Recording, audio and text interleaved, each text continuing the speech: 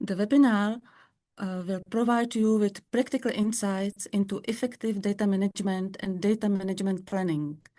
It will highlight how good data management practices support open science, improve team collaboration, and help meet funder requirements. You will also learn how adapting sustainable approaches to data handling can make research environments more efficient, transparent, and time-saving for managers, supervisors, and principal investigators. The lecturer of today's webinar is Georgia Kutentaki. She's a young scientist from Greece. She studied chemical engineering and now she is doing her PhD in chemical and process engineering at University of Chemistry and Technology in Prague. While she's finalizing her PhD, she's holding the position of the data steward for STEM disciplines within the National Repository Platform of the Czech Republic.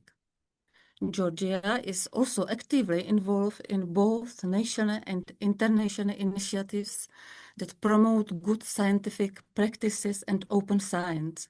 She's also a member of the Czech Data Steward community and the founder of the STEM subcommunity.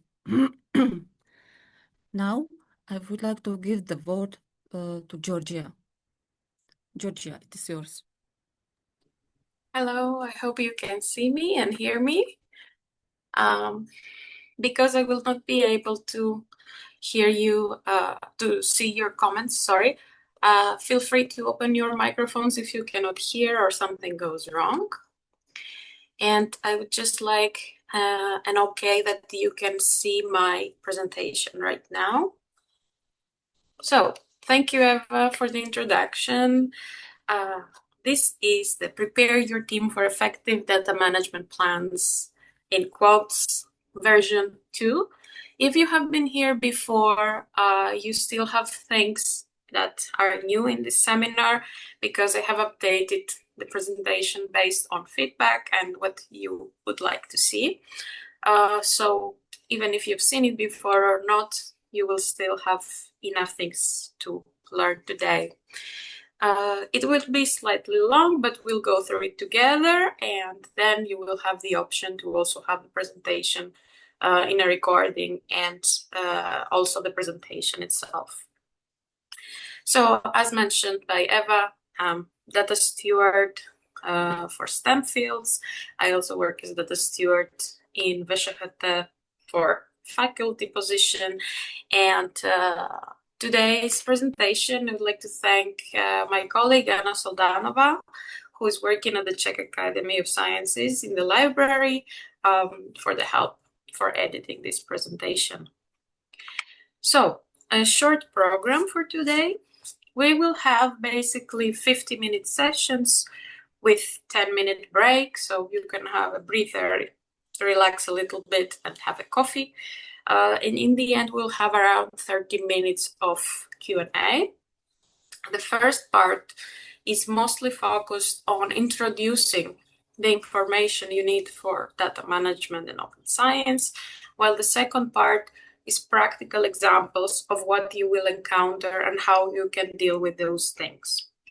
I hope it will be useful for you, hopefully. So let's start with the introduction and basics of data management.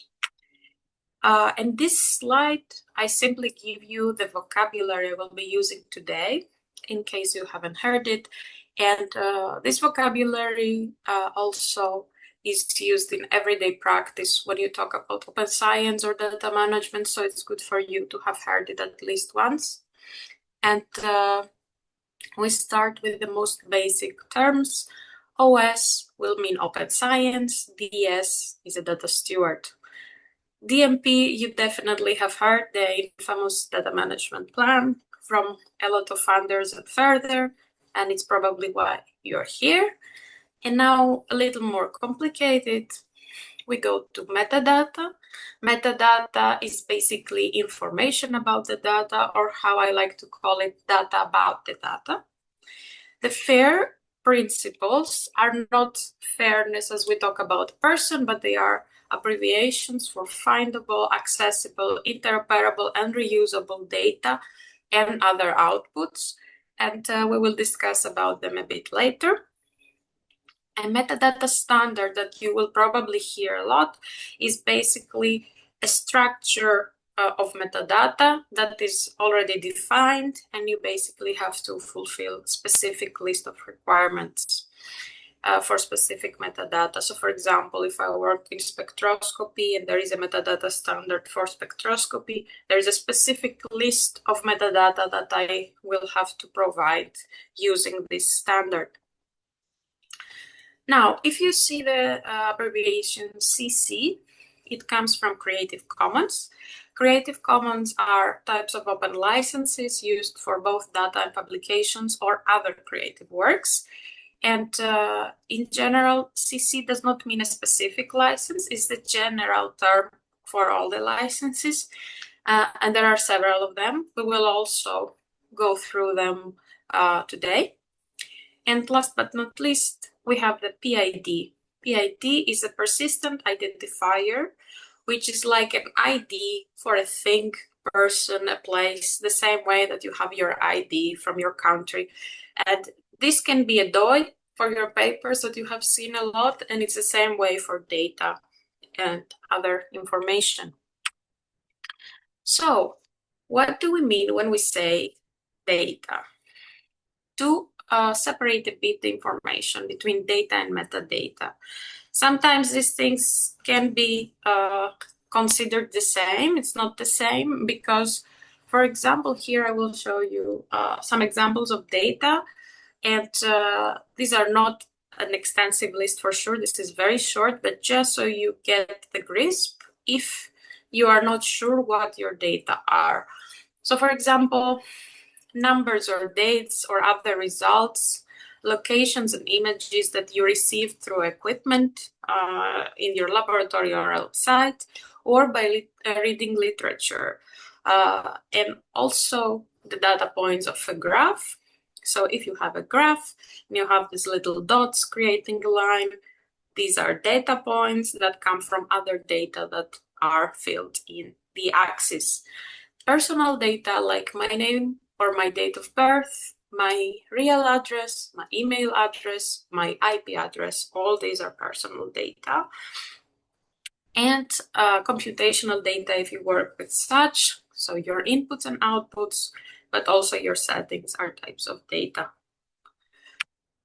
So what would be metadata in this scenario? We answer the questions of where were those data found? How did you get those data? Did you measure them? Did someone give them to you? Did you find them somewhere? Did you need specific software or instrument to find them or create them? Who was the person collecting the data and analyzing the data? And where can those data be found?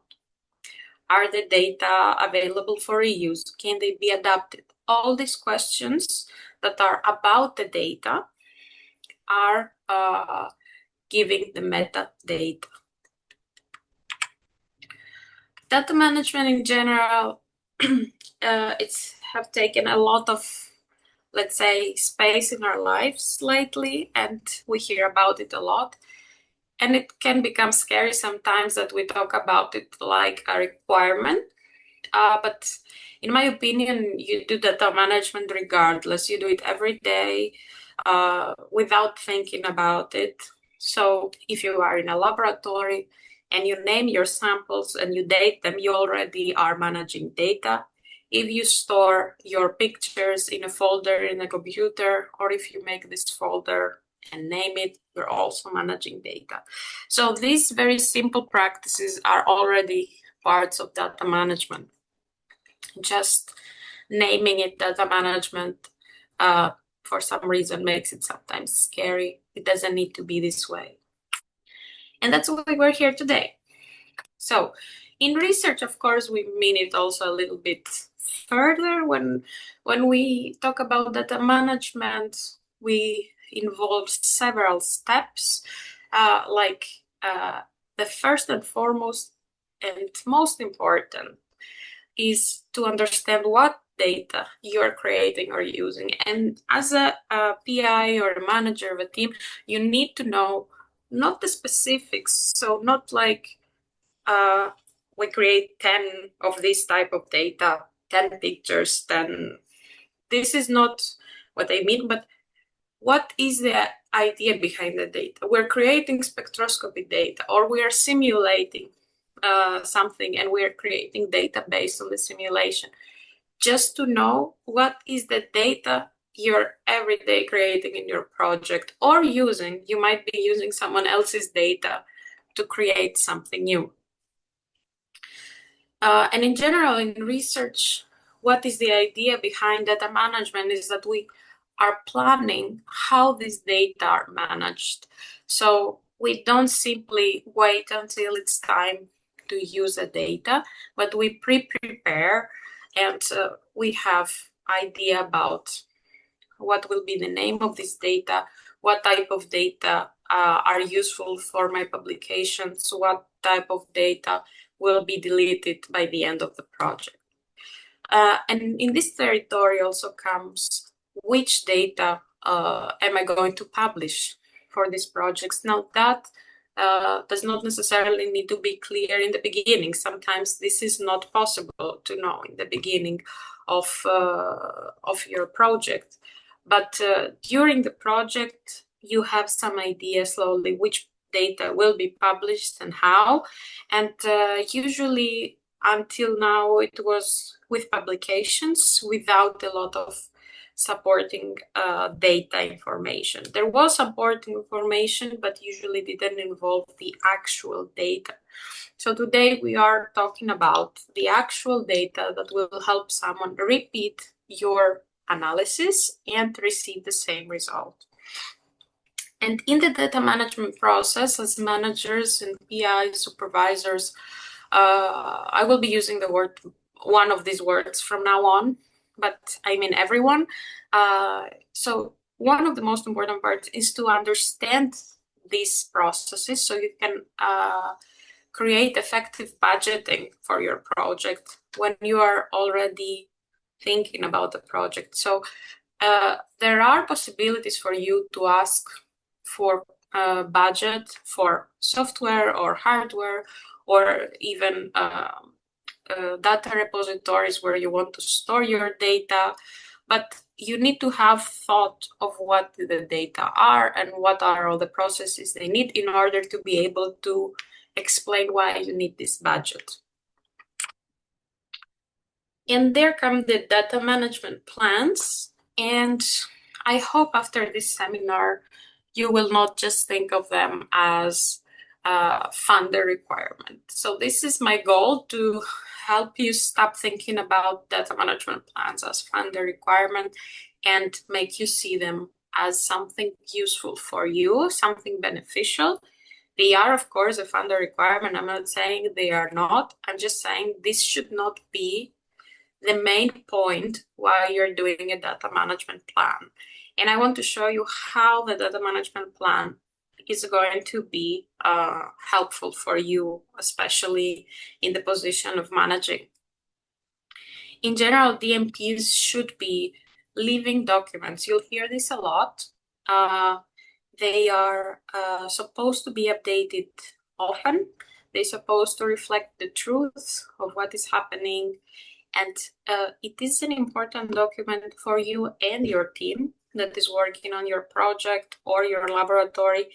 And it is not just to fulfill a few boxes in a funder's requirements, but it is to actually give you information. And if you use it correctly, you will be very rich in the end of the process. The data management plan should include all management processes related to data, basically. So information, and not extensive like the methodology, but information that the data that are named this way, that are in this folder, have been analyzed. So you know that these are not their own data, you know where to find their data, and you know what type of analysis has been conducted in the data. The best part of data management planning is that they save you time and resources. It might not seem this way because a lot of times it ends up in the last minute of a lot of people's calendars, and you don't have time to do it, and then you need to find someone to do it, and all these things that I know very well that happen. So basically, you need to rethink how to organize your data management planning in order for them to give you a benefit instead of a burden. This is one of my favorite scenarios because it's really truthful and realistic, and I bet most of you have been in such a situation. So let's see this example. We have the scenario where you get a funded project for 5 years. You start with several master, bachelor, and PhD students, and you have a postdoc. You are the main PI and the responsible person for reporting the outputs of this project. On the 3rd year of the project, some of the bachelors are finishing and get their diploma, and the postdoc finds a new job. So in this scenario, you're suddenly left with half the team, let's say. So what is the thing that you can do? Yeah. So your next step is to look for hiring new people, right? Probably postdoc is the most important because they can help a lot with the workload, but also PhD students who can supervise younger or more junior researchers. And the questions that come, unfortunately, after you hire new people instead of before are, these are just 3 of the questions that can actually exist. And is it, how will you explain the project information without losing some of this information? And when it is time for them to read the data and work on them from previous students that have already left, how do you find this data? How do you explain this work as the manager, since you are not the person who have been doing the research probably themselves, but you have been managing the team and you have one specific part to do, not all the experience, for example. And my favorite question is, you have 2 samples almost named identically. And I wonder, how would you explain which sample is the right one for the new students or researchers to use? And these questions are amazingly answered by the data management plan, and they can save you so much time. So saving time and resources through data management plan. If you use data management planning in your team, and forget about the funding at this point, just for a project, you basically are able to introduce new people, new researchers in the project much faster, because in the DMP, there will be information about where are the data, files, how are the data named, what are the data formats, what was the analysis done on this data. And this way, you are mistaking the research that has been done so far. You are escaping the issue if some researcher left and they do not wish to be contacted for any reason. And you are able to still give that information to your new researchers. Imagine how much time and resources this can save you, especially for big projects, of course, but also for small projects, because this way you are informed as the manager. Anyone who leaves from the project can leave without taking the information with them. And you are able to continue with your project without gaps, no repeated experiments because we don't have the information, for example. And this way, you also don't need to create time for all the team to meet just the moment you hire the new people. So the new people come and not everyone necessarily has the time to meet and explain everything they have done so far. So you don't necessarily need all the information from the rest of the team to be explained in a presentation mode. on the first week that this new person arrives, but this can happen later because they will already have enough information through the data management plan. And it's not just the data management plan, it's all the data management processes we will see today. And I bet you will be able to understand how they are connected. But it's very amazing, let's say. Anytime you don't know what a folder is or what a file is, you simply can open your data management plan and find out. And the same can do all the researchers if you have a shared data management plan. It also can help you when it comes to reporting. So it's not just about introducing new people to the team, but let's say it's time to report your project, your thesis, your even the DMP, sure. But if your project is the thing that you most probably care about right now. So if you have access to all this information simply by looking at the DMP, you have an organization system. You have an organization system that can tell you, oh, I have this and this and this set of data. So in my project report, I can say this set of data created these publications, and it's very easy to have this organization system. And because the DMP, as I said, is a living document and should be updated often, and often is very generic term, I will give you some idea of how often that should be. It evolves with the project. So if it's time for you to report some things and you open your DMP, it should have the updated information, and you don't need to look around all the students to make sure that you got all this information in case they forgot something or something like that, or they don't have time.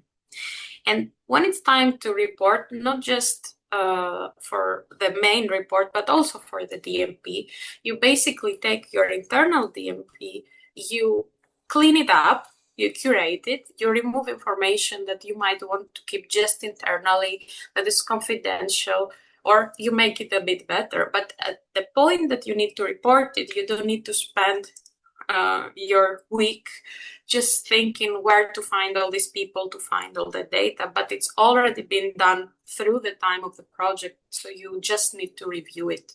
You don't need to start preparing the week before. It is time. So this is quite a lot of things to do as a manager, right? And the question is how to not freak out when I have to do all these things.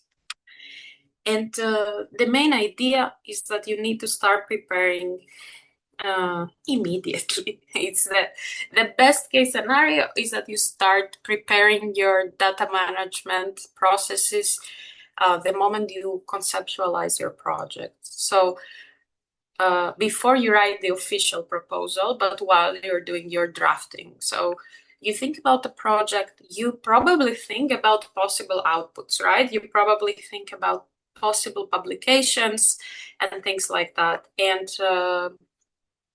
when you're doing that, if you already think about what possible data could be produced, you can already add in your budget possible software, hardware, or other data management related budget you might need. And for example, hiring a data steward could also be part of your budget, but I will talk about this a bit later. If you don't start creating your data management at the time of the proposal, at least, you should start immediately the moment you know you got the grant accepted. You should gather your team, sit around, discuss what are the possibilities of data that are going to be created and how is the whole team going to manage them. Letting everyone manage the data on their own is very easy sometimes because you don't have to deal with it. But then when it's time to actually see the data, create something from the data, create a new publication from this data, and everyone has a different system that you don't understand, that you need to ask the person, what did they think when they were doing this? It makes it much harder than if you grab the team and say, hey, this is the way I'm thinking it should be. Does it make sense for you? Because they will be doing a lot of the research, so they should have a saying. Does this make sense to you? Should we be naming our files approximately this way? And there you immediately start creating your data management processes. So, oh yeah, and I wanted to say, don't do it last minute. It doesn't work. It never worked, and it never will work. So this is the only thing that is certain. If you do it last minute, it will not be reflecting the truth. And you might consider it at some point that you just need to be done with this and you don't care. It's a shame that you would not take advantage of the benefits that the data management can offer you. And it's also a shame to consider it just tick in your list. So basically, how do you deal with this? How do you get to actually fulfill all these things?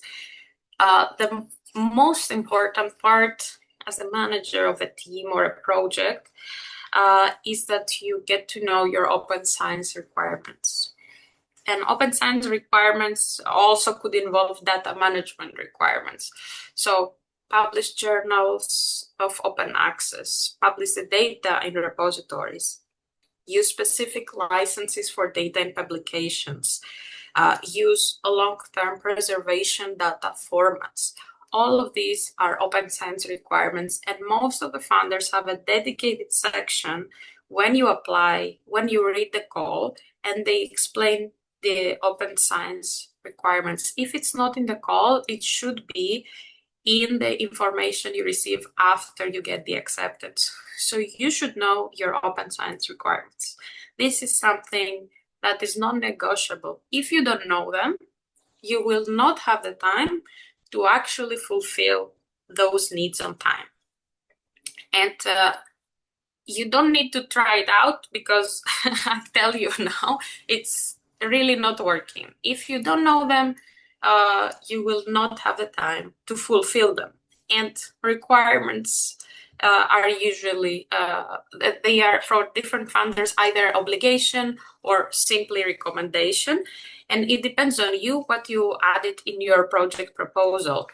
And if in your project proposal you make it mandatory for yourself to fulfill those requirements, then you actually have to do them. In some funders, you are already required to fulfill the open science requirements, so you don't have basically the choice of not adding it in your proposal. And this is a case-by-case scenario, but do get to know them. Find them, they are somewhere, definitely, and take care of what you promise as open science outputs, yeah? Make sure what you promise makes sense. Don't promise everything just because you think it will give you more funding. The funding comes with the belief that you will actually deliver what you're saying. So it's best if you actually have a plan about what you can fulfill and what you cannot. Another important part as manager, and this is important regardless of data management, is to get to know your team. And I don't mean just the people and your personal relations, but I mean as a manager, as a PI, you have a project, you have a team that is working for one specific purpose. You need to know the people, you need to understand their logic and how they work, and you need to understand their processing of things. So you need to know what is Maria's or Jan's differentiation when it comes to dealing with this project. Someone might be more organized, someone might be more strict with how they deal with things. So get to know your team, because this way you get to know your data. And you actually would need the team to know you too. You would need them to understand how you think about the project. Because if you go 1 week before reporting and tell them, hey, give me everything you have, and that's your whole communication, you basically have a broken and gapped communication. You don't know if you will actually get everything. You don't know how these people are spending their time, so they might not have the right time to do it in this last week that you ask for it. So last minute obligations that come from the top are much less efficient than actually knowing the team and getting involved with the team and the research and be approachable as a manager. And getting to know your data comes with knowing both the open science requirements and the team. And it means that I know who is the responsible person for this part of the project. So if Maria is responsible for spectroscopy, I know who to ask if I need information about this type of data. You don't need to know all the details of the data. You don't need to know all the data formats that Maria is using, because the data management plan should be created through the whole team, since the whole team is working on different things. And getting to know your data means getting to know what do I have, what is the main web, the main umbrella of data I have, and who is the main person who is responsible for these things. So I know as a manager who I need to contact for a specific part. And as a manager, when it comes to a team meeting and you know this information, you can actually bring back good information for your team. So when you get to know your open science requirements, don't think this is the end of the deal. You need to share these open science requirements. It's very common that researchers working in a project are not aware of the open science requirements. And this comes from broken communication that unfortunately we don't have time to meet, we blah, blah, blah. And this doesn't allow the team to work effectively. So when it comes to reporting, when it comes to data management, when it comes to fulfilling open science requirements from funders, the team has broken communication. So the researcher suddenly learns they need to fulfill this information, but they should have known a year ago. And this large gap in time doesn't help at all. It creates stress. It doesn't let the people understand what are the requirements, because if I have a week to understand all the open science requirements and I'm not a data steward, I probably need to learn the basics first. So learning the open science requirements as a manager is your responsibility, but also sharing them with the people you expect to fulfill them is your responsibility. If you expect people to actually create open access publications, and put their data in a repository, and you cannot expect them to do it out of their own free will if they do not know that they have to do it. Some people might do it out of their own free will because they know how to do it or because there's some other requirement they have to fulfill, but you cannot bet that they will do it. You have to inform them what is the specific needs for this project, because every project can have different open science requirements and they are not necessarily the same in different institutes, in different funder calls, and all these things. And together with the open science requirements, it is good if you have information for the team to help them find help in the institute. So you have a data steward. For example, if you were in ČVUT or in VŠHT, you could say, we have Georgia Kutendaki, you can contact her. She can help you understand a bit these open science requirements if you don't understand them. Or this open science office we have here, you can contact them, the project center. This basic type of information, first of all, they are people and teams that you should probably know because you will need them probably in most case scenarios from now on. And it's good to disseminate this information to your researchers. And last but not least is to give the DMP to the research team. And give the DMP is a generic way to say it, because in my opinion, it should be created together with the team. But having a draft of a data management plan for a project that you have written makes sense to be given to the team, and they can tell you if it makes sense. For example, you might have said, we're going to have a few megabytes of microscopic data. And for me, this doesn't make any sense. I would expect a few gigabytes of microscopic data. Yes, some images.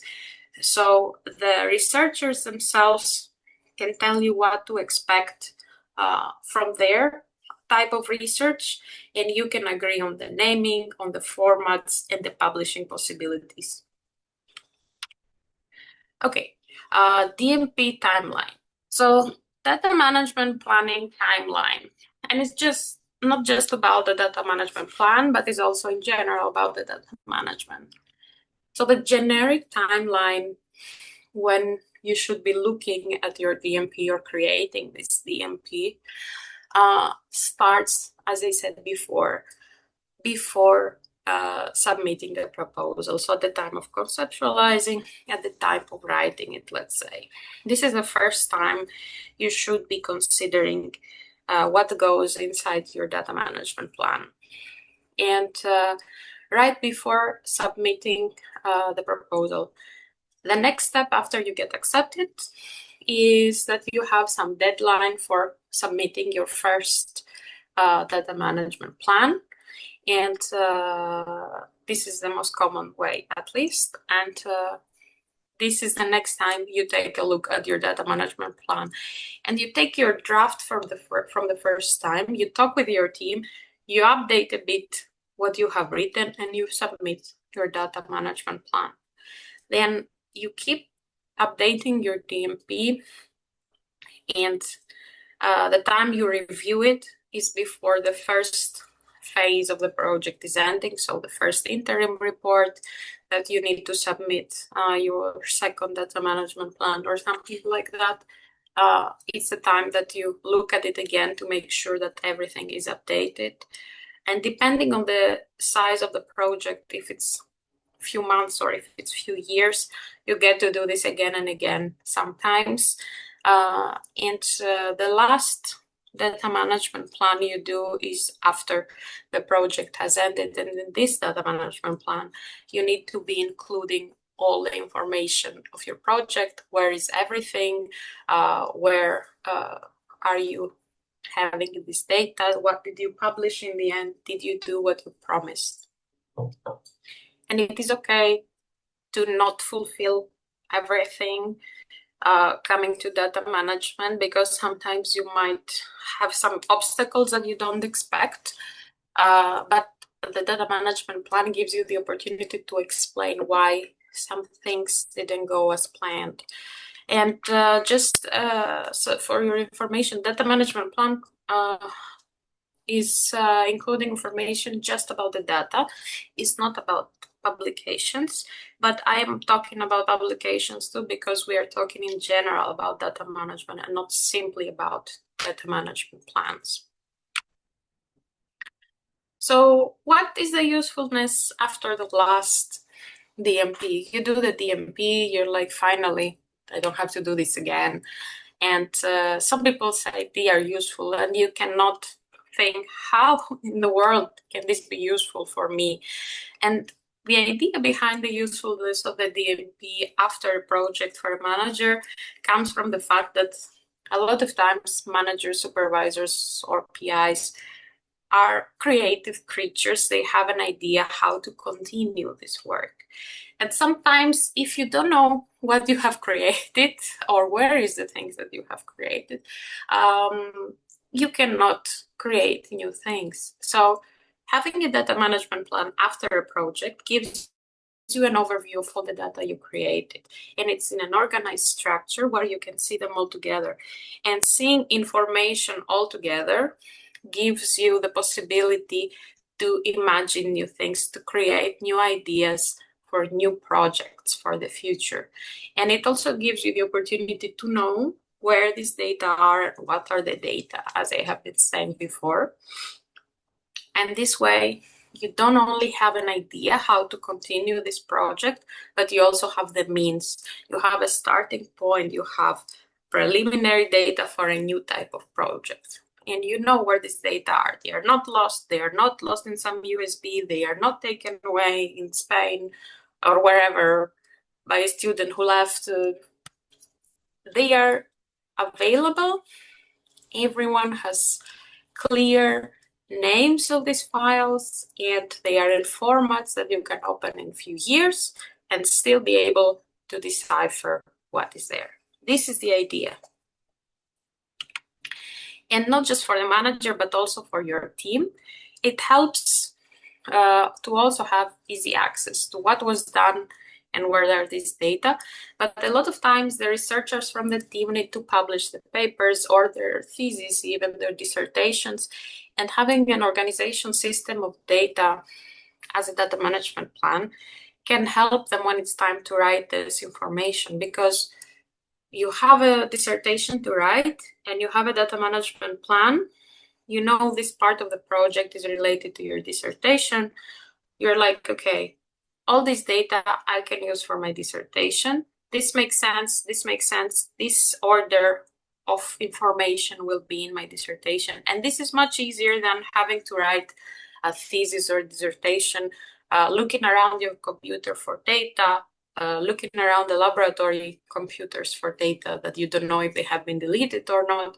And it's an easy way to repeat experiments and continue the work. So if you are thinking like to create something new, as I said before, the researchers have the possibility to easily repeat those experiments and continue this work.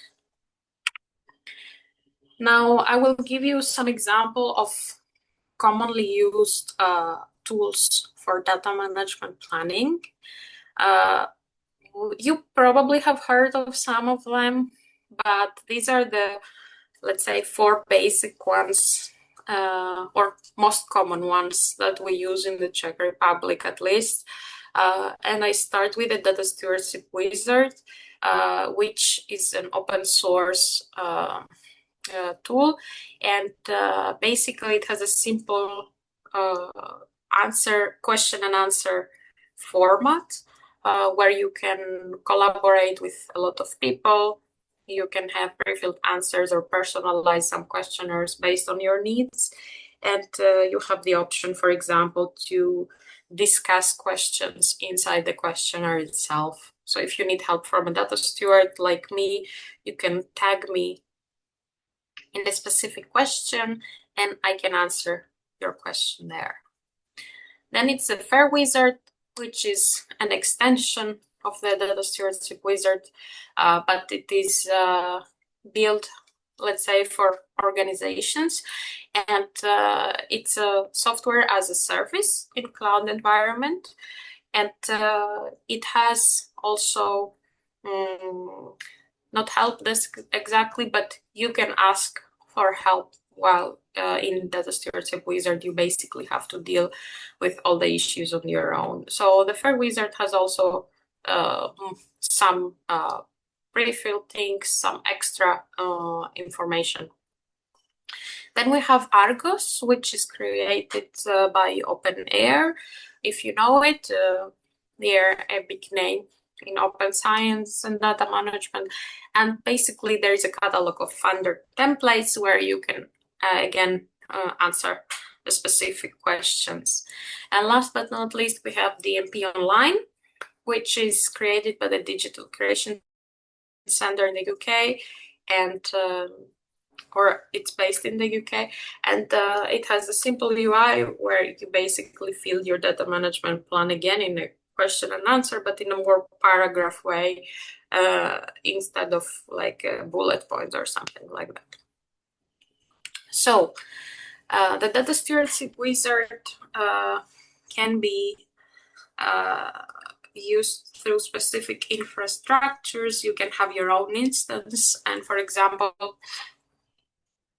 the National Repository Platform, or NRP, has its own instance of the Data Stewardship Wizard, which you can actually go and try in the link dmp.eosc.cz. And what this fulfills, if you are using already the wizard, you probably know it, but the new instance of the NRP has an extensive knowledge model that is specified for the NRP in the Czech RDM ecosystem, which fulfills most common requirements of funders, like especially Czech funders, but also European funders. And it's still in pilot mode, so feel free to go and try it and give feedback on it. But you can still use it normally, even though it's in pilot mode. Just it means that it's still evolving. And I will show you a little bit how it looks like. So this is the, let's say, intro page when you go to the NRP instance of the data stewardship wizard, and you can see this nice design. And below you can find 4 different services and supports: data management planning, which is the thing we're talking about today, but also the guide of the wizard, which is in the documentation part. And as you see, there are 2 in preparation sections: the fair implementation profiles, and in general training of how to use the data stewardship wizard. And this is the login where you can either log in normally with email and password, or you can register via the eInfra.cz or log in if you're already registered. So if you have access to the eInfra.cz infrastructure, you should be able to use the wizard. And this is the user interface when you open the wizard. So you are logged in now. It says welcome whatever, welcome Georgia, and you can create your first project. And creating a project will ask you to choose what project template you want to use, and there are some options for you. But what I want to show you here is that you also have the possibility to share your project. As I said, it's collaborative. So if I click share on the top right of the project, I can add colleagues that are registered in the wizard, and we can collaborate, and they can just simply be viewers. So if I want someone to review or simply read my data management plan, but I can also add them as editors. So for example, if I work with a team, the best way would be for them to be editors, so they can comment, they can change things. They just don't have the owner rights that I have as the owner. This way, you also have the option to use the commenting section, which I will show you in a second, and collaborate also by writing messages to each other. And one of my favorite parts is the nested questions functionality of the wizard, where in the left side, you see we have this question A2, okay? This question, let's call it A2, it finishes at A2. And there are 2 possible answers, no or yes. If I answer yes, it immediately takes me to the question A3. However, in the right side, for the same question, if I answer no, you see there are these 3 lines and dots on the right side of the answer, and this pops up the nested questions, which are follow-up questions. This is the A2, A1, so this is a sub-question that comes to us to explain what your answer comes with. So if you have not used this same approach across all your datasets, you need to specify which datasets are using this approach, and then you need to specify which other datasets are using what. And this way, the wizard is basically helping you answer the questions you need to, and not everything that exists in there, because it's huge if you would have to answer everything. And yeah, this is a great functionality. But also, when it comes to fairness of data, which you will hear more and more from now on, you can check the metrics here on the top of the user interface, and you can see how fair your data management plan is. And this doesn't mean you're doing something bad necessarily, or that you should change it, because you might not be able to change it. We might have confidential information that you cannot share, or sensitive data that you cannot share, and this, let's say, doesn't make everything reusable, but it can give you an idea of where you're standing, and you could think of ways of how to improve that if possible. And here there are three things I want to show you. So on the right side of the user interface inside the project, you see these to-do comments and version history. I'm on the left side of the slide. So in DSW, we're seeing these three buttons here. In to-dos, you can mark a question as to do, and later you can find it easily to remember to do it before you finish your project. The same goes with comments. Here I can comment something and tag my colleague that I already shared this project with, and then we can discuss on a specific question. But most importantly, we have the version history, and in the version history, you can name the versions of your DMP. And this can come with big changes or small changes of your DMP, and it basically gives you the opportunity to know which version you're working at. And usually you have this opportunity only as the owner. I don't think anyone who has other access there can do that. So you don't have a lot of random versions that you don't know anything about.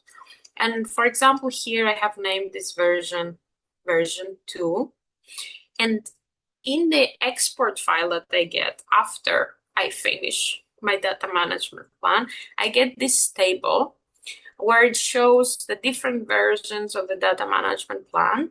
Here it should show different dates, but this was made for an example. That's why all the dates are the same. But for example, this would be January 2025, and then it would be January 2026, and so forth. And on the side, while you're naming the version, you can also write a description, which comes in the changes part. So here you can see I have the initial version, I added data formats, I added metadata, etc. So we are close to the break, but I will continue for a few minutes, and I will talk a little bit about funding in open science. So common requirements from funders, if you have not heard them, or even if you have, let's repeat them. It's very common that you're asked to produce publications under an open license, so open access publications, which might be complicated sometimes, but it's one of the most common requirements, or at least recommendation from funders. And at least in Czech Republic, we have this triple DMP thing, where most funders ask for DMP in the beginning of the project, in the middle, and in the end. In other funders, you might find it that it's not the case. They have less or more DMPs asked.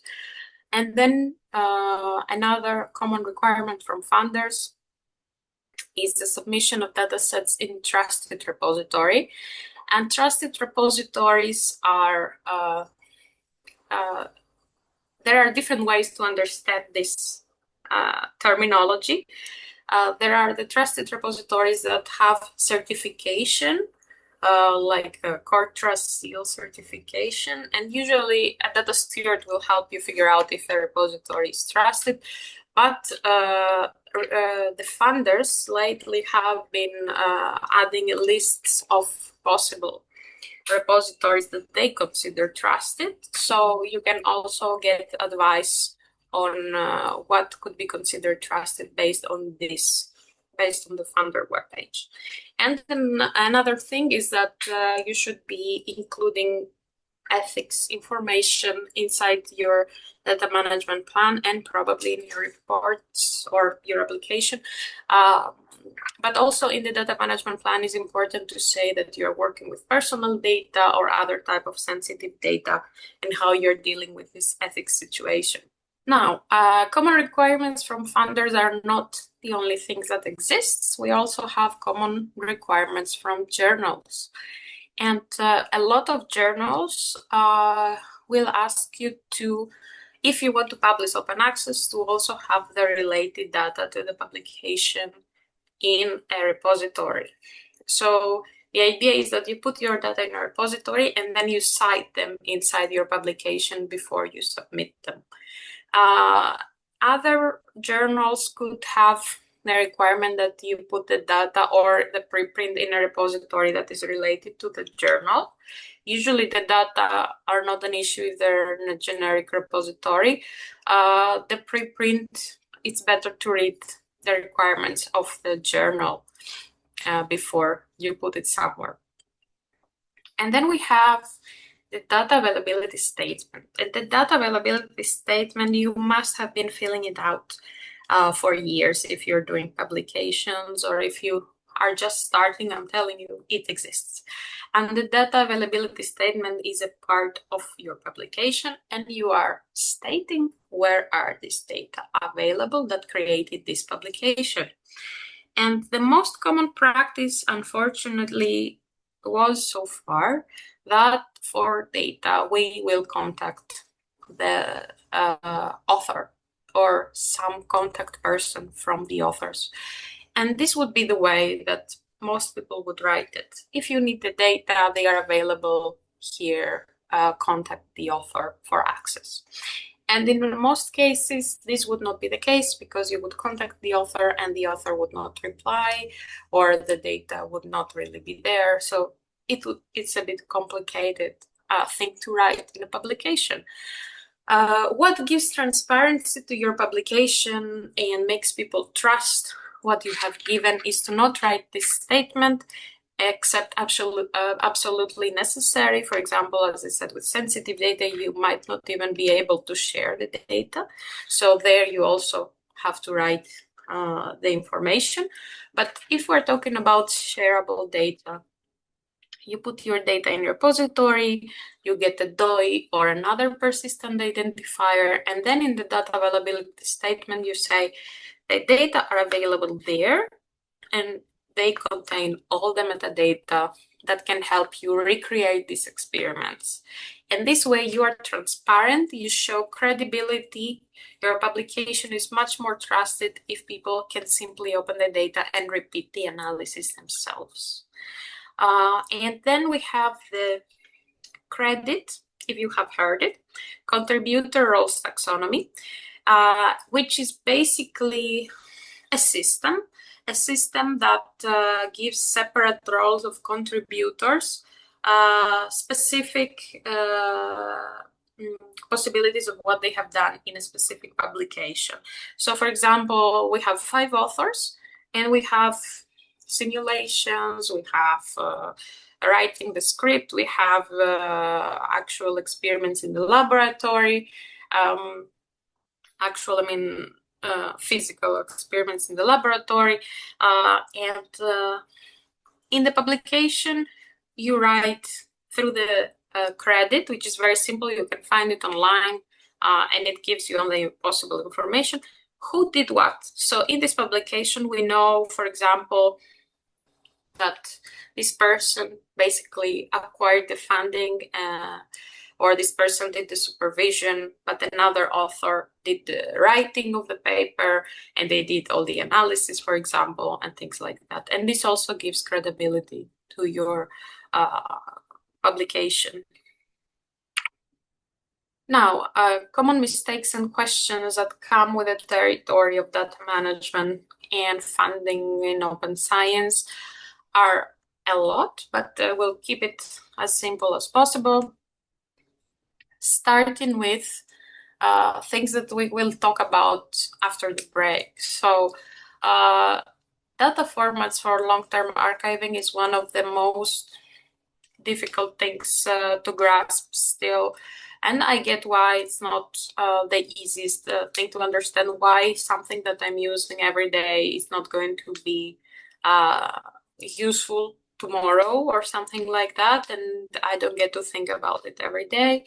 Or licensing of publications, persistent identifiers, how to create a data record in a repository. Should I put my publication and data together in the repository?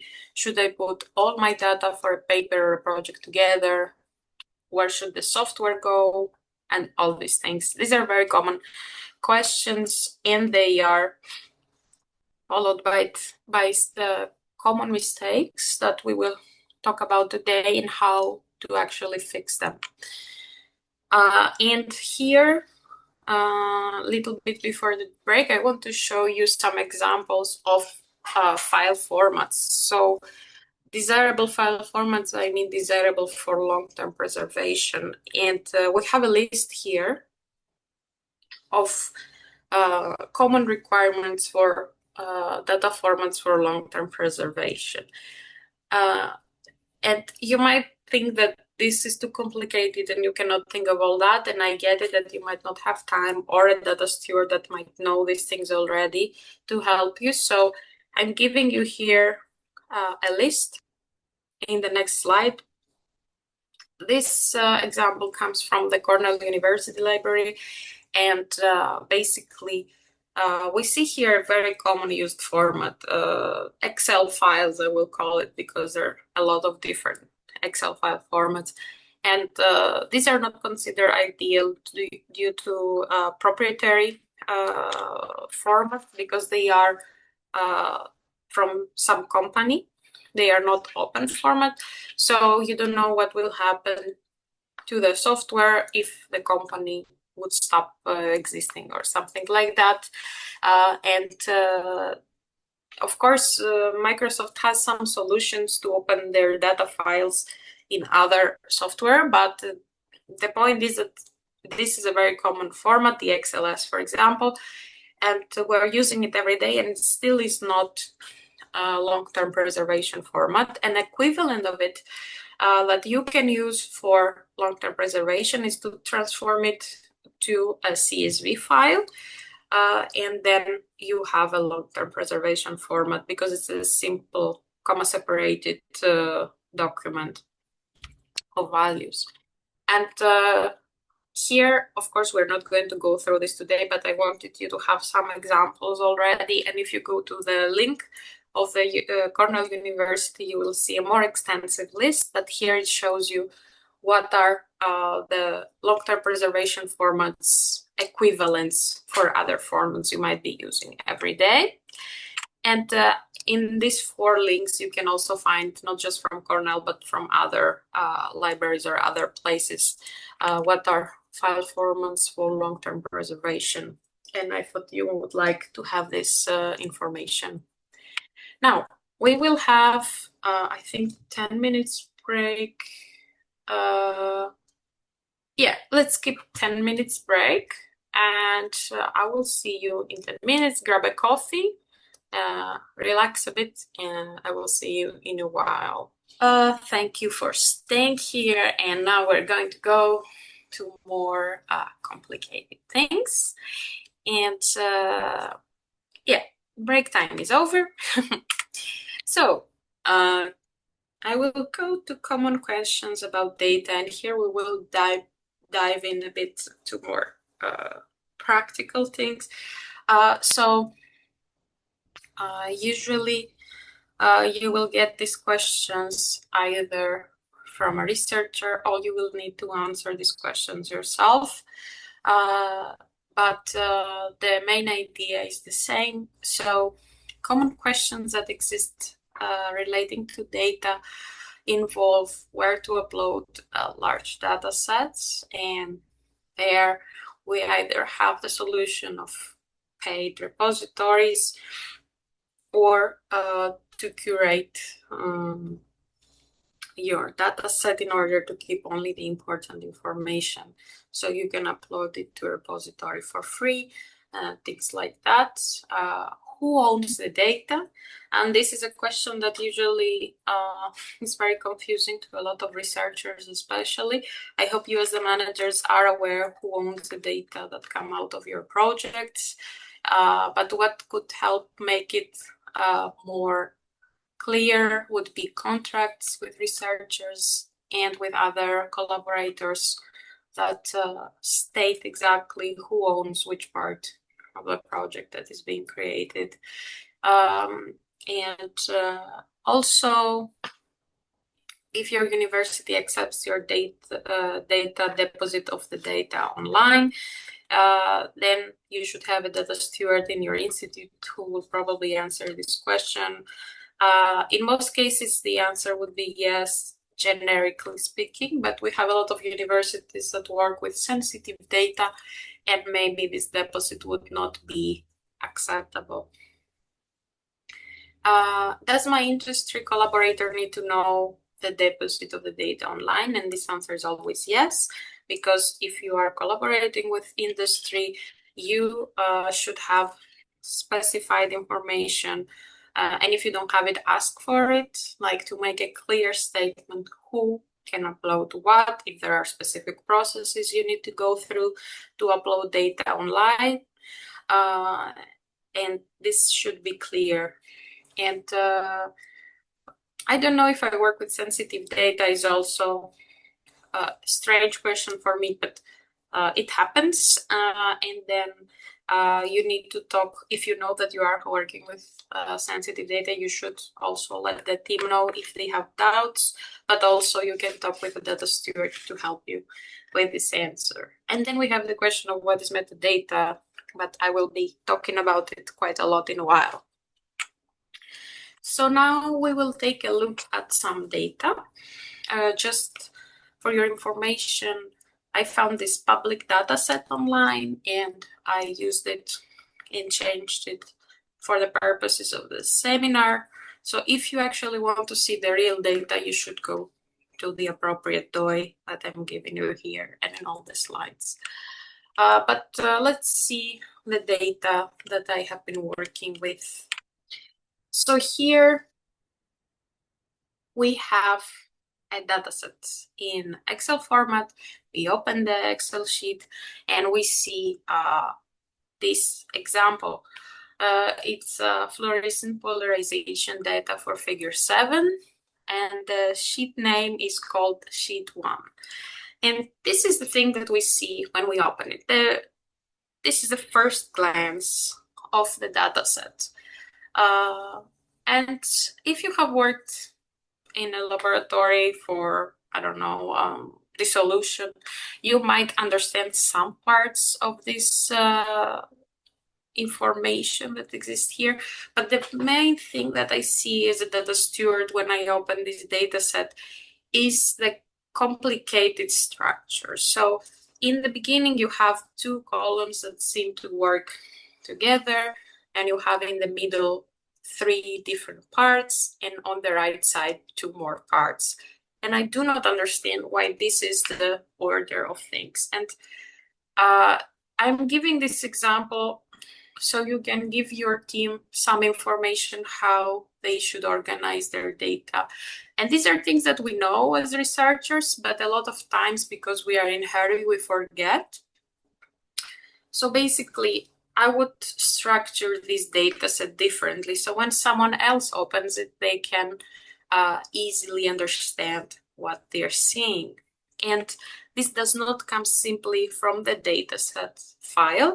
It also comes from the metadata, which we will see in a while, but let's stay in the dataset for a while. So how would I change this workbook?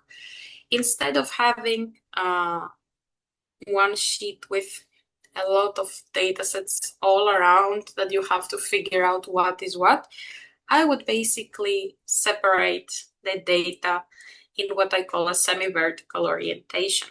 And what does that mean?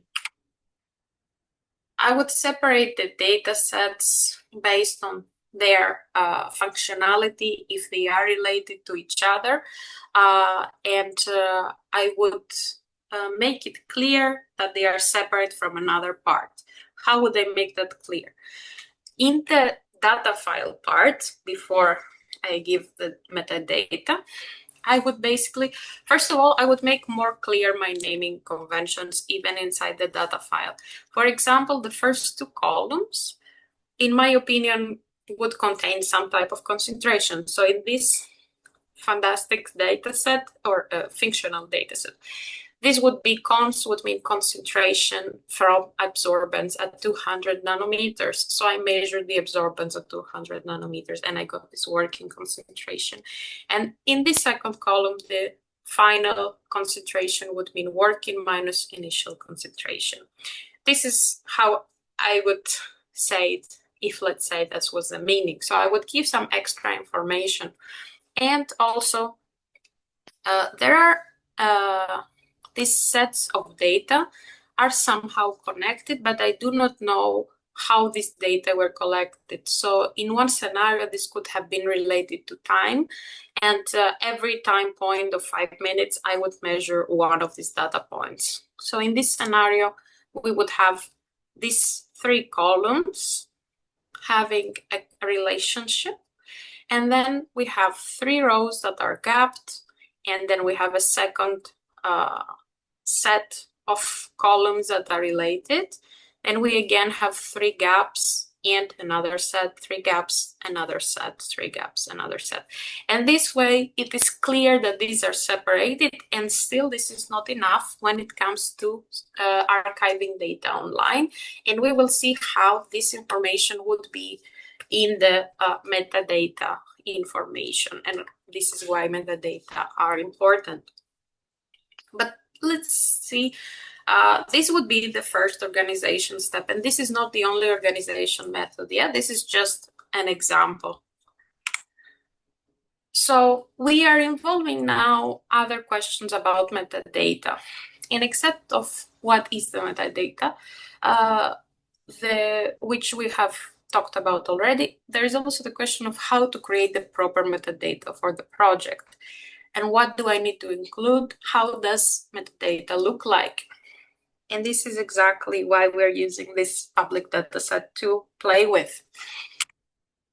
And this is a simple example of metadata. It's a recipe that has different ingredients here that says sea pickle, which is the recipe of the pickle. And here we have cauliflower, cucumber, elderflower, flower, gilliflower. And these are metadata. These are ingredients that are included in the recipe. And other types of metadata in a more research-related way would be name of authors or right holders, contact person. So if I have questions about the data or something doesn't work, I can contact the person. An abstract, and I don't mean the abstract of the paper, I mean abstract about the data. So this data includes blah, blah, blah, and it was made for this and this reason. Explanation of the name of files, methodology, and very importantly, terms of use. There are more metadata that you can include there, and it depends how much is necessary per project. So from the same data that we have been looking so far, we have the question, where are the metadata? And looking at the data themselves still, I already have some questions that I want to find in the metadata. And the first thing I notice is this naming abbreviation of some substance, SH2. And what I need to figure out in the metadata is, are we talking about medicine or are we talking about chemistry? Because in these 2 different disciplines, SH2 would mean 2 different things. And there could be other disciplines that it could mean something else, but now I have chosen to show just these 2. And for example, even if I know the discipline, it's even better if I have the whole abbreviation explained in the metadata, so I know for sure that I'm talking about the right thing. But in this example, let's say we have either the option of have a protein structure or a colorless gas. And another thing that I noticed is the naming convention of the sheets. Except sheet 1, we have some other sheets. So you see here on the bottom an example of a name. And this has a complicated naming convention, and that doesn't make it bad, not at all. What we need to find in the metadata is the explanation of this naming convention. And in the first part, the black part of the naming, I, as a data steward, would consider this a date. So this would mean for me 2019-05-10.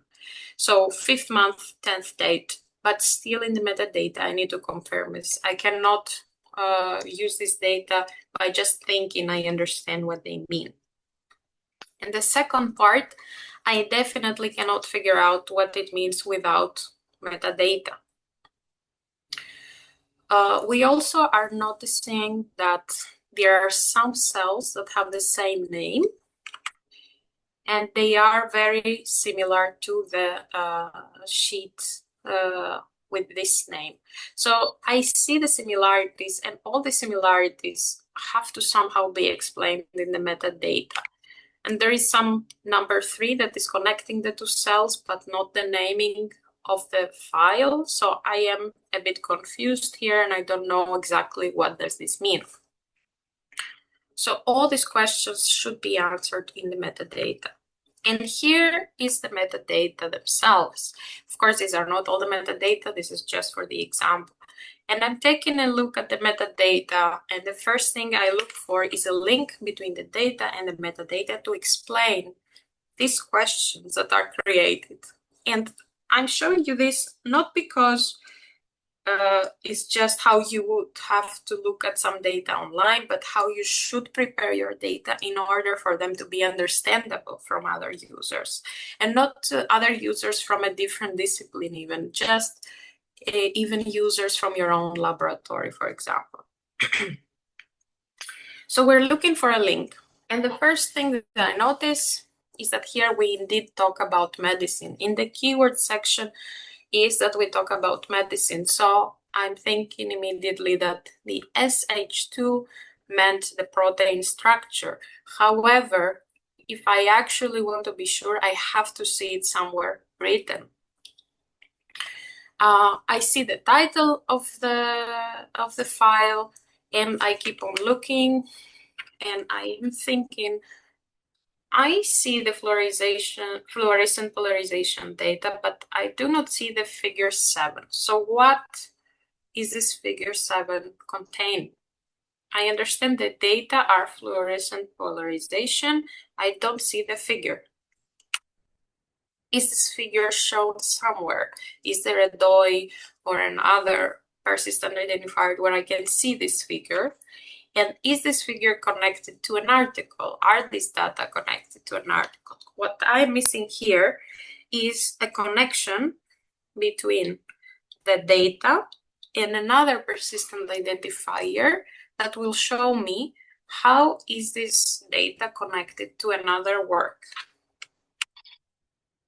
And in the data sets, we can see also 2 different sheets that are the top and the bottom columns, figures, and they are very similar. So if I don't know what I'm looking at, to me, they look very similar lines, yeah? And I notice that the names are not saying figure 7. So I'm wondering as a person if one of them is figure 7, and this needs to be clearly stated. So if I was going to make this data set, I would have to state which of them is really figure 7, if any. Or are they both figure 7? I'm not sure. And also I see that in the bottom figure, there is the word adjusted. So it makes sense that I was seeing the same thing or very similar thing, but there is an adjustment in the second figure. I just do not know what this adjustment is made for. So in the metadata, I would expect to see information of this adjustment. Now, in another part of the metadata, I find some connections. So for example, for the column of the working concentration here, I see that there is a link on the variables, and I get the information that this is coming from summary statistics. I have the full standard deviation, the maximum, the minimum, and the mean value of the working concentration. This is a link that is important, and still it contains data which I would not put in the metadata, but it's not a problem that they are there. There is a link. But the question is, what was missing of this metadata, and how would I actually change the metadata to give the information that someone else would need to reuse my data? And that would be a description, first of all, of what is this figure 7. I understand these data are for figure 7, but I haven't seen this figure 7. I don't know where this figure 7 is. I would use a PID, persistent identifier of connected works. Is it in an article? Is it in a preprint? Is it internal? It can be internal. It doesn't necessarily need to be open, but I need to know where is this figure 7? Why am I seeing this data? I would need an explanation of what work was done in the worksheet, especially in the initial format where everything was mixed. So I would need an explanation. And you might think that this is a spreadsheet. I can just simply go in and click on the functions and see them myself. Yes, you can do that now, but you might not have the right software. This format might not be available in specific versions of the same software. There is possibility that you might need to spend at least an hour looking at these formats, while you could simply read this information, and you would not have to go through all this trouble that it's probably very annoying to do. And you have to create the connections yourself in your brain. While if you have the explanation of the work that was done in the worksheet, you very simply can know what is there. Then I would add information about what is the adjustment between the two figures we saw in the worksheet, documentation of the methodology, and methodology is not the same that is in the paper in most cases, because, for example, in the paper you might explain the method you did or why the results seem how they seem, but when you give the data, you might need to explain that here are the raw data, here are the analyzed data, and this is the analysis we did, so you can get the same result. And also, of course, I would explain what are the different columns in or the different sheets in the file. And you probably, or even if you haven't heard of README files consist of metadata. Metadata can be found in different ways. For example, when you upload your data in repository and you fill in the title and the author information, these are still metadata. But there is also the metadata that are more specific to the data set, and they're not generic. And this can be included in a README file, which is a simple text file, for example, that is easily uploaded together with the data. So anyone who opens the data can also read the appropriate documentation. And how would it look like for this specific example, the README file? So basically, I would start with saying the author names and ORCID, because the ORCID is a persistent identifier for authors. And this way, or researchers, in this way, people would be able to find the authors even if there is no email, for example, or if the email is not working. I would also write for sure the license in the README file, because even if the license is visible in the data record online, when you download the data set, it might not be visible, and the README file gives the user an extra information about the license. Include the data file name in the README file so people know what is this README file about. And then I would also add the explanation that this figure is part of a publication. I would add a DOI, and I would write the full title of the figure itself. And here, this is a lot of text. You don't have to read it all, but you can check it later when you need it. But I will tell you what it says. It basically explains the structure of the data inside the worksheet. So here I'm explaining, first of all the values you see are in the SI system. So you know what unit system I'm using inside my worksheet. And I'm saying that the data separation is based on row separation. And I'm explaining that if you see rows discussing the same experiment and they are placed next to one another, then you know they are in the same category. And if you see 3 blank rows between some data, this means they are separate experiments or substances. And this is the information that explains what is done in the worksheet. So how can someone read my data clearly? This is the information that was missing. And if you are having a good, let's say, feeling and you want to do this, you can also add an example of how someone would read the data. So in the, for example, part, I'm explaining the first 17 rows, how they would work with the 3-gap scenario. But most importantly, I would also add explanation of abbreviations and naming of, I would add abbreviation, explanation, and naming convention of samples. So what does it mean? I see several abbreviations in the worksheet, and then I need to understand what do they mean. So I see this abbreviation A2, I have no idea. So if this data were mine, I would write an explanation. And this is just an example, like this is group A, trail 2, whatever. And here you see I'm explaining the substance SH2 based on what in my scenario would be.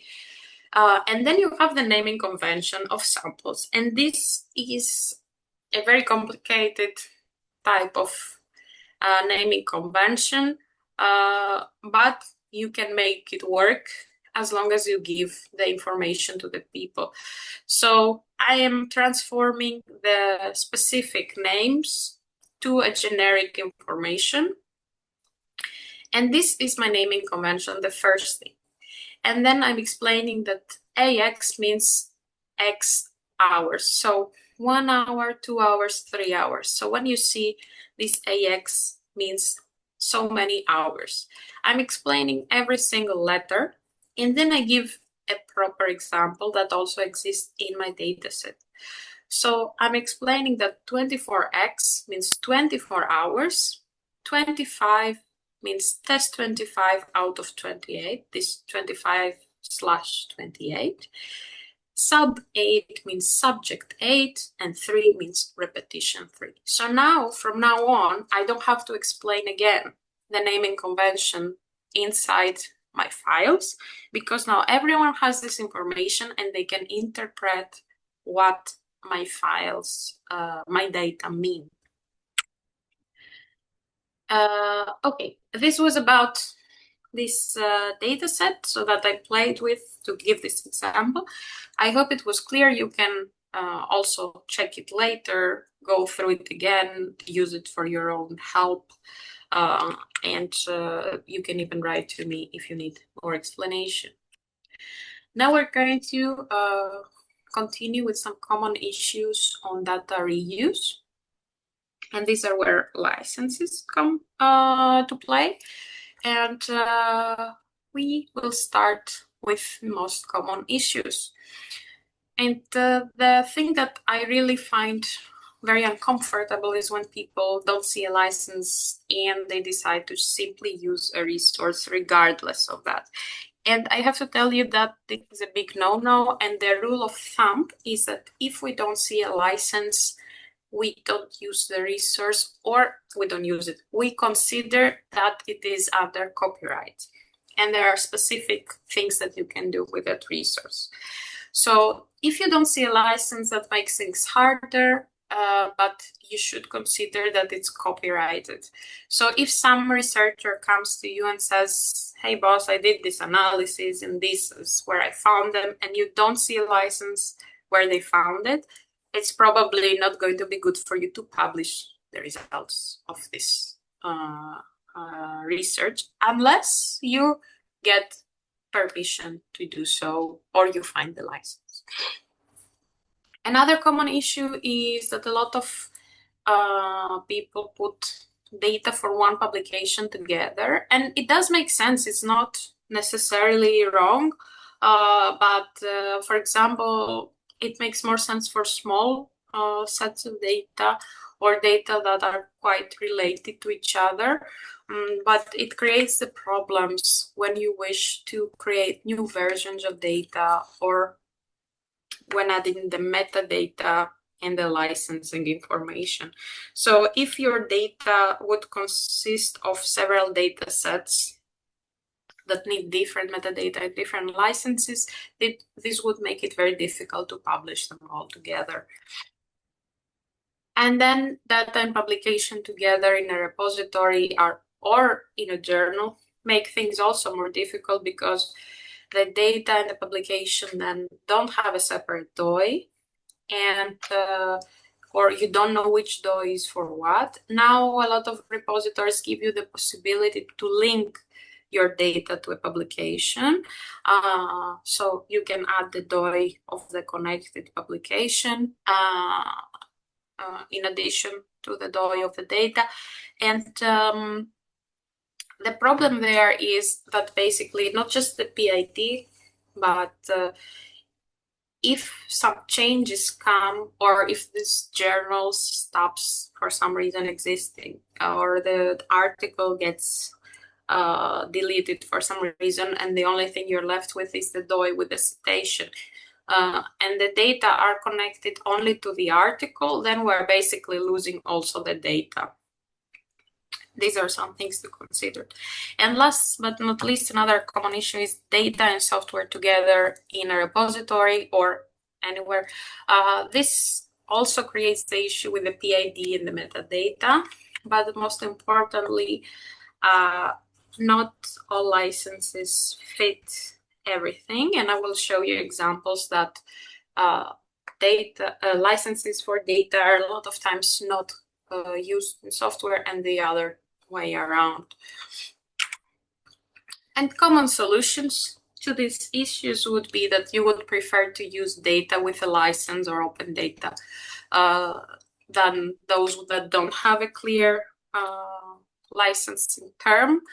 You would separate the licenses, the persistent identifiers, and the metadata for each data set, and you would use separate license for data and software, as well as you would link the data with related publications or open software. And here are the CC that I was talking in the beginning about. There are several open licenses or licenses for making your data open, and they give different types of possibilities. So here in this very nice picture, you can see on the top the most open data and most open license or no license at all, public domain. And then on the bottom, you can see the all rights reserved, which we commonly say it's copyrighted. And all these different licenses in these pictures are from the Creative Commons. And this is just one example of possible licenses. There are, as I said, others. If you see the terms public domain, then it means that the source is freely available for reuse. You can basically do anything you want with it, adapt it, share it, of course, in logical terms. And there is no need for attribution. Of course, in research, we prefer to attribute the author, because this way we show transparency. For example, in the public data set that I found and presented to you, I am giving the information who is the author of the original data set and where you can find it, even though it was public domain. And basically, here in the next slide, you can use the Creative Commons webpage and click choose a license, and they have a chooser where you can answer some questions, and it will help you choose which license is more comfortable or more efficient for your type of data and or other creative work. And here on the side, on the right side, I have also 2 more links of other open data possibilities for licenses. And here come the licenses for software, the same way as looking online for open licenses for data. You can look for software licenses that are more appropriate for code. And usually when you have a license for software, it doesn't apply to the data, because if you read it, it doesn't say something about data. And the other way around, license for data usually doesn't fit the software. So this way, it makes it clear that you need to have 2 different licenses if you're working with both data and software. And in this web page that you can find later in the presentation, you can basically search what are the possible open licenses for software, from the most open to some others that are a little less open. But basically, the licenses that are shown there have to go through some review process of this open source initiative foundation, and they are very well documented. Now, we have seen a lot of the naming conventions so far, and I just want to say that they are really important for data sets, and they are important from the beginning when you are having your team creating the new data set and the data management plan, to create also naming convention that work for separate experiments or for everyone, depending on the size of your team. And this is a joke, of course. You would then name your child final 2. These are examples of possible naming conventions that you can use with your team as a basis to create your own. And in example A, we have a very basic naming convention, which would include year, month, and date, and then some information about what type of experiments. So here I'm measuring concrete strength, for example. These are the raw data in the beginning. Then I have the data that are converted in a different data format for long-term preservation. And the last, the third row is data that are already converted and analyzed. And you see that I am including also the units of the data set and the unit system. Now, in the second example, we have a more complicated naming convention that is more realistic in most case scenarios. And let's say I'm working with spectra. So we have XRPD spectra here, and I would put in my README file the full naming convention, which is the first line, and then below I would put the explanation. So spectrum means the type of data, XRPD is X-ray powder diffraction, so I'm explaining the full abbreviation. NS is the name, surname, initials of the data collector. And then when you have different versions of this data or different versions of software, we can indicate them in different ways. For example, if the version was 1.2, we would have V1 and then parentheses J, and the same way would go for the software. So these are some examples of naming conventions that you can be using if you don't know where to start. So how to stay up to date with all of this information that you need to deal with, plus the information of what you need to do as a manager for a project. You need to learn as we said, and this is a summary basically of what data is my team reusing, and are they using it properly?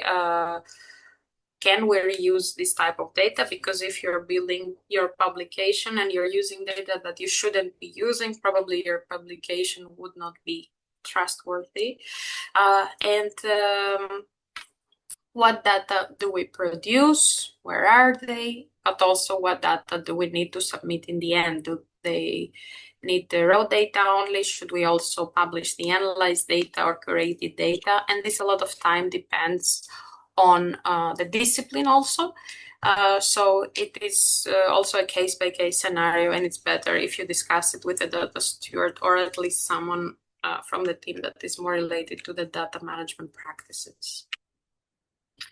You can create possible trainings for the team, invite a data steward to give a mandatory workshop on data management for team members, create a 3-month timeline where you check the DMP or check that all the team has updated their DMP. And the 3-month is a golden standard for me, because in 1 month, you usually don't have enough data that you would be able to update your DMP, but also in 6 months, you have already forgotten a lot of things that you have done. And if you have changed naming conventions, then you might not be able to find the data and it's becoming a mess. So in the 3-month period is a golden standard where you can invite your team for a meeting and say, today we have a data management meeting. Let's check the DMP. Let's check that everything is updated. And then you know that when it's time for you to report the things that are in the DMP, everything is updated. Another way that other bigger teams work is to have individual shorter DMPs. So we have a sub team that works on a specific part of the project and they have their own DMP. And when it's time to create the main DMP, these are all put together and reviewed, basically. And last but not least, it's great if you could hire for your project a specialized person to deal with data management practices. Of course, this is ideal, but the funders in most case scenarios would allow you to use budget for that. So if you say that you're planning to hire data steward and you mention it both in your application and your DMP, then you would probably get the budget for that position. So basically, the data steward would become the intermediate person between researchers and PIs and other stakeholders, because they are mainly focused on data. So they would be the person that everyone would talk to when it comes to how things should be done in this project, and they would not basically bother the manager or any other person when it comes to questions relating to data. And they can also create the rules for research data management in your team or in your project. They can help create the naming conventions and check the data formats that your team is using. These are just few of the things that the data steward could help with. Okay, we'll have just 5-minute break this time. So we'll come back at 11:01. And basically the next part is very short, and then will be the Q&A. So it will be mostly about your questions, and they can be either based on the presentation or related to anything data management. So thank you for your attention so far, and see you in 5 minutes. Perfect. So welcome back for the last session part. Now, break time is over. And I'm going to talk about a little bit where you can find help in institutes as managers, and who can you contact if you have such questions. And do contact those people, please, because they are there to help, and they are more than happy to do that. So in the EOSCZ website, you can find this beautiful map. You can see it either in the link or from the QR code later. And this map is showing basically in the whole Czech Republic map. It's an interactive map where you can search either based on institute or if you know the person who is the data stewards, who are the data stewards in your institute. And for example, if you would write my surname and you clicked on me, it will show you in the interactive map where exactly am I located. It will tell you what is my specialization and what are my roles. So you can contact me. There is my email and also my link. And you can find whoever is the data steward in your institute. So this way you can find immediately who can you contact for questions related to data management. Also in the EOCZ, you will find a lot of trainings regarding data management planning, but also general data processing. And it's in this link, and I think Eva will show you also the current trainings that are going to happen. So you have more than enough information available to you, so you can use it for free or share it with your team so they can also educate themselves on anything data management. Another very helpful institute is the National Library of Technology, the NTK, and they have, for example, one very nice training that's called Skill Set Map for mentors of early career researchers, and it builds on being the mentor. Yeah, so you have some information about that, but also they create a lot of other events that are relating to open science and data management. For example, it might be more specific to some disciplines, so you can check them out in the calendar. Another very important library here in the Czech Republic is the library of the Czech Academy of Sciences.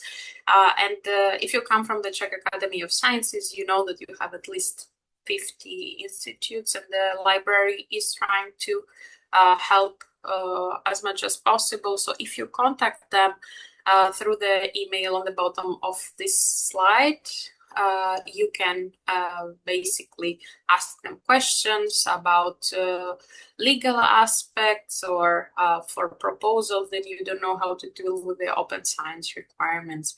And there are a lot of more things that they can help you with. They are open also to discuss with institutes outside of the Czech Academy of Sciences, and feel free to contact them. Here is a list of links from common funders used here in the Czech Republic, where you can click and see what are their open science requirements or their data management plan recommendation. So I just put them in a list here in case you haven't seen them. You can find them in this list. And last but not least, we have what is called the Open Breakfast with Data Stewards. We started this in VŠHT, but it's open for everyone and it's free. We basically have an informal meeting where there is usually no presentation, or there is a short presentation from our side, and then you can ask all the questions you have that are relating to data management. It can be from requirements, from data management planning, from depositing data to publication to a repository, or how to properly structure your data. So all this information is discussed openly, and this is done around every 3 months or so. Thank you for your attention, and please, time for your questions. I would like to invite you for our upcoming action. Just a minute, please. In March, we organize several webinars. For example, online webinar from data to impact, and the second webinar, Horizon Europe, open science requirements in practice. And at the end of the March, we organize Prague EOS networking. So thank you very much again for your attention, and we look forward to meeting you again soon.